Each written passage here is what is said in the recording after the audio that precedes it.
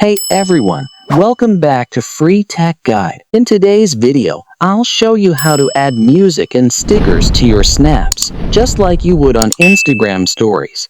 Let's start it. First, open the Snapchat app and make sure you're on the camera screen. On the right side, tap the music note icon. Next, browse through Snapchat's music library or use the search bar to find the perfect song for your snap. Once you've found the song, and tap play to preview it. If you like it now, you can either record a snap or swipe up to upload a photo or video from your camera roll. After recording, you'll see a sound wave at the bottom. Drag it to choose which part of the song you want to include, just like adjusting music in Instagram stories. To add stickers next, tap the sticker icon on the right side of the screen. It looks like a square with the corner folded over.